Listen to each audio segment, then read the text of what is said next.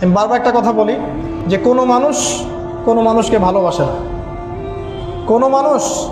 কোনো মানুষকে সত্যিকার অর্থে ভালোবাসে না।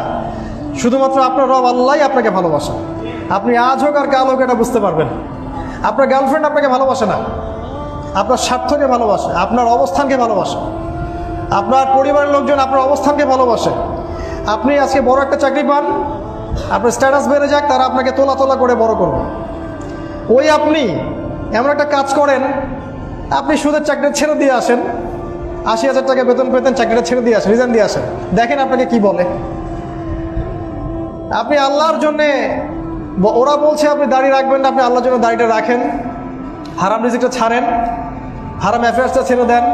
আপনার বড় ব্যবসা আছে কিন্তু হারাম, আপনি ছেড়ে দিয়ে পরিবারবর্গের কাছে আসেন, বলেন যে আমি আল্লাহর জন্য হারাম ব্যবসা ছেড়ে দিচ্ছি, দেখেন আপনাকে ভালোবাসে কিনা।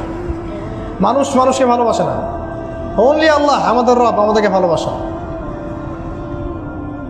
তো আল্লাহর জন্য সব ছাড়ার মানসিকতাটা থাকতে হবে। আল্লাহই আমার সব, আল্লাহই আমার রব, আল্লাহর জন্যই আমার জীবন, আল্লাহর জন্যই আমার মৃত্যু। কেউ আমার সাথে নাই, কেউ আমার সাথে যাবেও না। তাই দুনিয়ার এই সংক্ষিপ্ত সময়টা এই মানুষগুলোকে খুশি করার জন্য ব্যয় করবেন না।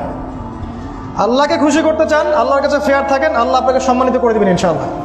আল্লাহ পাক বলেছেন, যখন কোনো বান্দা আমার হয়ে যায়, আমি তার হাত হয়ে যায়, আমি তার কান হয়ে যায়, চোখ হয়ে যায়, পা হয়ে যায়। তিনি বলেছেন, যখন কোনো বান্দা আমার দিকে এগিয়ে আসে এক হাত, আমি কি 2 হাত এগিয়ে যাই। ও হেঁটে আসলে আমি দৌড়ে চলে যাই। আল্লাহ আরও বলেছিলেন যে যখন আমি কোনো বান্দাকে ভালোবেসে ফেলি, তখন আসমানের ফেরেশতাদের সামনে আমি তার নাম ঘোষণা করি এবং জিবরাইলকে ডেকে বলি যে আমি ওই বান্দাকে ভালোবাসি, তুমিও তাকে ভালোবাসো। আপনি দেখবেন দিনের ব্যাপারে কবুলিয়াত এমনি এমনি আসে না।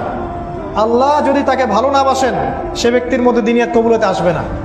তাই মানুষকে সন্তুষ্ট করার চেষ্টা করবেন না, আল্লাহকে সন্তুষ্ট করার চেষ্টা করেন। যে প্রফেশনে আছেন, আল্লাহর ওয়াস্তে আল্লাহকে সন্তুষ্ট করেন। আপনার বস, আপনার মনিব, আপনার অফিসার, আপনার অমুক তমুক, এরা যদি আল্লাহর এগেনস্টে থাকে, তাদেরকে সন্তুষ্ট করতে যায়েন না। তারা যদি আল্লাহর পক্ষে থাকে, তাহলে তাদেরকে সন্তুষ্ট করেন। যে আল্লাহর এগেনস্টে থাকে, তাদেরকে সন্তুষ্ট করতে যায়েন না, আল্লাহ আপনাকে ভুলে যাবেন। আল্লাহ পাক কিন্তু বলেছেন সূরা তহার মধ্যে যে আল্লাহ পাক এইসব মানুষদেরকে, যারা আল্লাহকে বাদ দিয়ে অন্যকে সন্তুষ্ট করতে চায়, তাদেরকে আল্লাহ পাক কিয়ামতের দিনে অন্ধ করে উঠাবেন এবং তারা বলবে, কেন আজকে আমাদেরকে অন্ধ করে তোলা হলো? আল্লাহ বলবেন, তোমার কাছে আমার উপদেশ পৌঁছে গিয়েছিল, সেদিন তুমি আমাকে ভুলে গিয়েছিলে, তাই আজকে আমি তোমাকে ভুলে গেলাম। আমরা আল্লাহর কাছে দোয়া করছি, আল্লাহ পাক যেন আমাদেরকে ভুলে না যান, আল্লাহ পাক যেন আমাদের সাথে থাকেন।